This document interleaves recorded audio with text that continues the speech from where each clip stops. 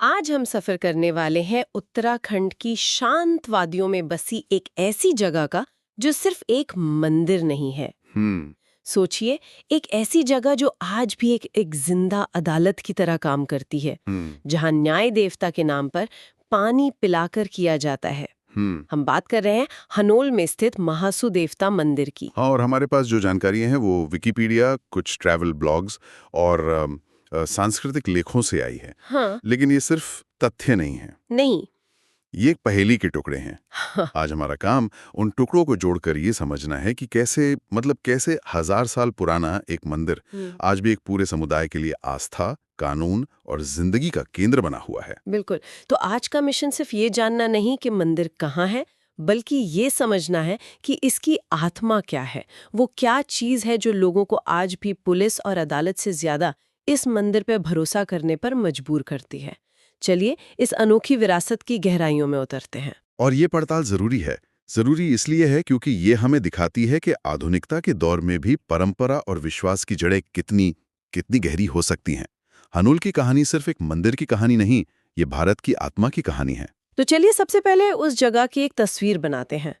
देहरादून जिले का जौनसार बावर क्षेत्र, जो अपनी एक अलग ही सांस्कृतिक पहचान के लिए जाना जाता है। हाँ, बिल्कुल अलग। वहीं पर टोन्स नदी के किनारे लगभग 3500 फुट की ऊंचाई पर हनोल गांव बसा है, और इसी गांव के दिल में है ये प्राचीन मंदिर। पहली नजर में ही इसकी भव्यता और शांति आपको अपनी दुनिया से बाहर खींच लेती है। और इसकी जो भौगोलिक स्थिति है वो बहुत मायने रखती है। देखिए, ये जगह बहुत दूर है, पहाड़ों से घिरी हुई।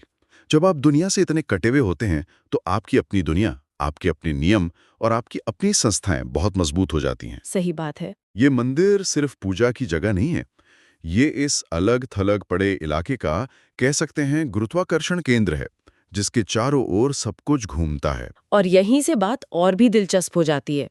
मैंने जब इसके इतिहास के बारे में पढ़ा तो मैं तो हैरान रह गई। हमारे पास जो जानकारी है उसके मुताबिक इसका निर्माण 9वीं-10वीं शताब्दी में हुआ था। एक मिनट, इसका मतलब ये ताजमहल से भी सदियों पुराना है? ये तो कमाल की बात है। हाँ, ये लगभग 1100 या 1200 साल का जीता जागता इतिहास है। सोचिए, जब दुनिया में बड़ी बड़ी सल्तनतें बन और बिगड़ रही थीं, तब हिमालय के इस कोने में ये मंदिर बनाया जा रहा था। ये सिर्फ पत्थर और लकड़ी का ढांचा नहीं है, नहीं। ये समय का एक कैप्सूल है जो उस दौर की कहानी सुनाता है। सही कहा। और ये मंदिर महासू देवता को समर्पित है। लेकिन यहाँ भी एक पेच है। महासू कोई एक देवता नहीं, बल्कि 4 देवता भाई हैं। हाँ, पवासी, बोथा, वासिक और चल्दा। स्थानीय लोगों के लिए ये सिर्फ भगवान नहीं है, बल्कि उनके रक्षक और सबसे बड़े जज हैं। और उनके जज होने की वजह एक बहुत ही आकर्षक पौराणिक कथा में छिपी है। कहा जाता है कि बहुत पहले इस पूरे इलाके में किरमेर नाम के एक राक्षस का आतंक था। हाँ, जो लोगों को खा जाता था। बिल्कुल। तो गांव के एक ब्राह्मण की प्रार्थना पर इन चारों भाइयों ने देवी शक्ति की मदद से जन्म लिया और उस राक्षस का वध किया। ये कहानी सिर्फ एक लोक कथा नहीं है। नहीं, ये उनके अधिकार का आधार है। हाँ, ये उनकी शक्ति का आधार है। उन्होंने लोगों को आतंक से न्याय दिलाया और तभी से वो न्याय के देवता बन गए। और लोगों ने अपना आभार सिर्फ कहानियों में नहीं, बल्कि पत्थर और लकड़ी में भी उकेरा। इस मंदिर की वास्तुकला खुद एक कहानी कहती है। स्रोतों में एक शब्द बार बार आता है, कठकुनी या कोटी बनाल शैली। ये सुनने में बड़ा टेक्निकल लगता है। आखिर ये है क्या चीज? आसान भाषा में कहें तो ये बिल्डिंग ब्लॉक्स का एक बहुत ही स्मार्ट और प्राकृतिक तरीका है। इसकी इंजीनियरिंग कमाल की है। सोचिए, ये भूकंप रोधी तकनीक है जो हमारे पुरखों ने 1000 साल पहले ही खोज ली थी। 1000 साल पहले, बिना किसी मॉडर्न टेक्नोलॉजी के।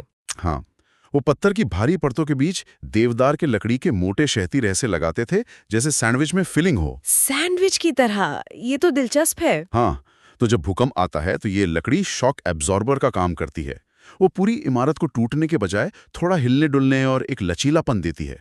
ये दिखाता है कि कैसे हमारे पूर्वजों ने बिना सीमेंट और स्टील के सिर्फ स्थानीय सामग्री और प्रकृति की समझ से ऐसी टिकाऊ इमारतें बनाई जो सदियों तक खड़ी रह सकें। वाह, ये सिर्फ कला नहीं, ये तो विशुद्ध विज्ञान है। और ये तो सिर्फ इंजीनियरिंग की बात हुई। मैंने पढ़ा कि इसके शिखर पर उत्तरी नागर शैली का प्रभाव भी दिखता है। लकड़ी पर बारीक नक्काशी है जिसमें पौराणिक कथाएं बनी है। मतलब ये सिर्फ मजबूत ही नहीं, खूबसूरत भी है। और विभिन्न शैलियों का ये मिश्रण ही इसे खास बनाता है। नागर शैली वो उत्तर भारत के मैदानी इलाकों के मंदिरों की पहचान है। जब ये शैली पहाड़ों की कटकुनी शैली से मिलती है तो ये एक सांस्कृतिक संवाद जैसा लगता है, जैसे पहाड़ और मैदान एक दूसरे से बात कर रहे हों। इसी ऐतिहासिक और कलात्मक महत्व को देखते हुए भारतीय पुरातत्व सर्वेक्षण यानी ASI ने इसे एक संरक्षित पुरातात्विक स्थल घोषित किया है। मतलब ये एक राष्ट्रीय धरोहर है? बिल्कुल। अच्छा, अब उस चीज पर आते हैं जिसने मुझे सबसे ज्यादा चौंकाया। मंदिर की वास्तुकला और इतिहास तो अपनी जगह है, लेकिन इसका आज भी एक अदालत के रूप में काम करना, ये अविश्वसनीय है।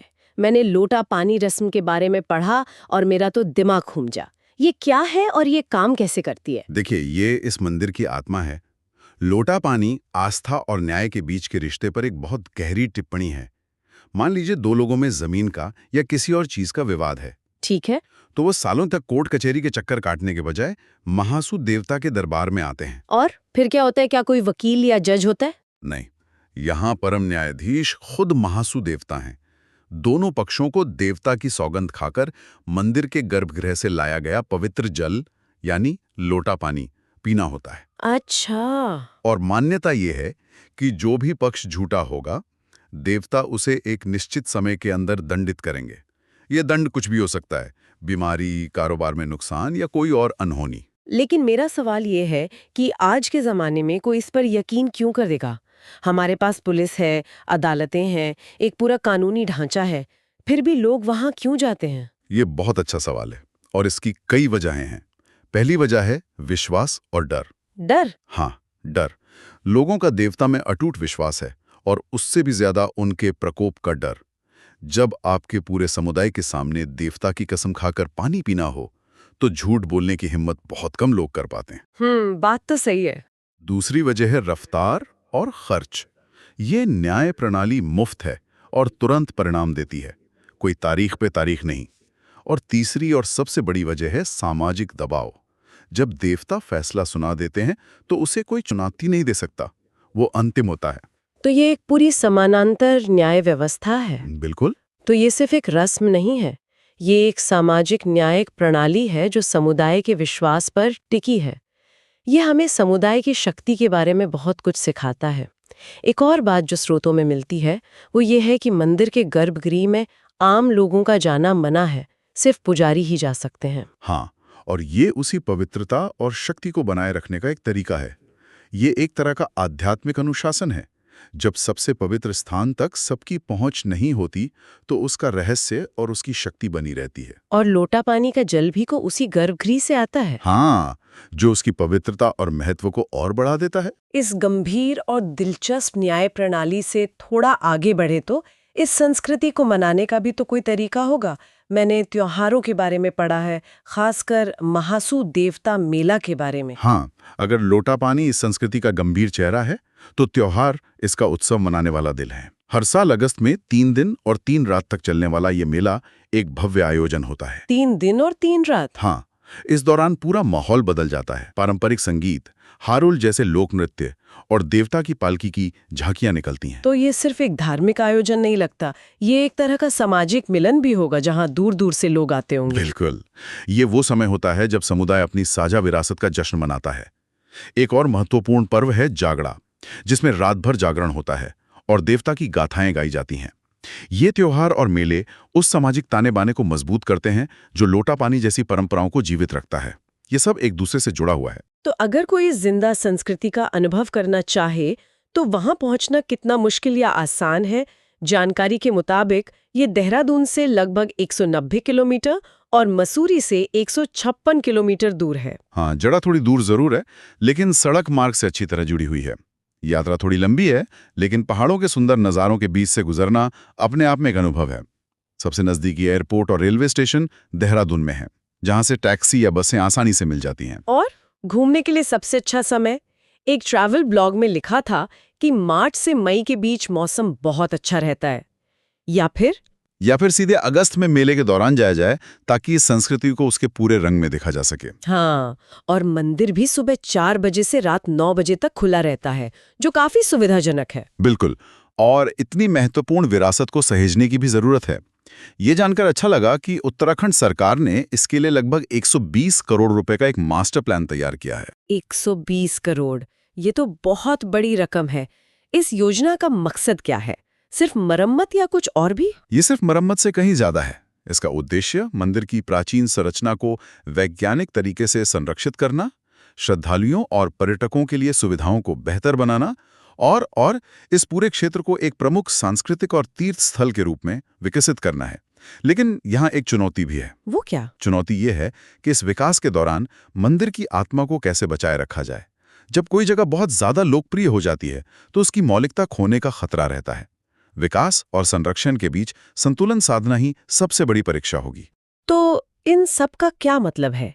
हमने एक मंदिर की भौगोलिक स्थिति से शुरुआत की और उसके 1000 साल पुराने इतिहास, महासू भाइयों की न्याय दिलाने वाली कथा, वो भूकंप रोधी कठकूनी वास्तुकला, लोटा पानी जैसी अनोखी न्याय प्रणाली और भविष्य की योजनाओं तक का सफर तय किया। हाँ, हम एक मंदिर को समझने निकले थे, लेकिन हमें एक पूरी सभ्यता का मॉडल मिल गया। हनोल का महासू देवता मंदिर इस बात का एक शानदार उदाहरण है कि मंदिर सिर्फ पूजा पाठ की जगह नहीं होते, वे जीवित इतिहास होते हैं, जहां एक पूरे समाज की आस्था, कला, परंपराएं और न्याय व्यवस्था एक साथ सांस लेती हैं। ये हमें बताता है कि धर्म और संस्कृति किस तरह लोगों के रोजमर्रा के जीवन में गहराई से गुथे हो सकते हैं, इतने कि उन्हें अलग करना नामुमकिन हो। यहाँ एक विचार मन में आता है जिस पर सोचा जा सकता है। आज के आधुनिक युग में जब न्याय के लिए हमारे पास अदालतें, पुलिस और एक विस्तृत कानूनी ढांचा है, तब भी लोटा पानी जैसी परंपरा का जीवित रहना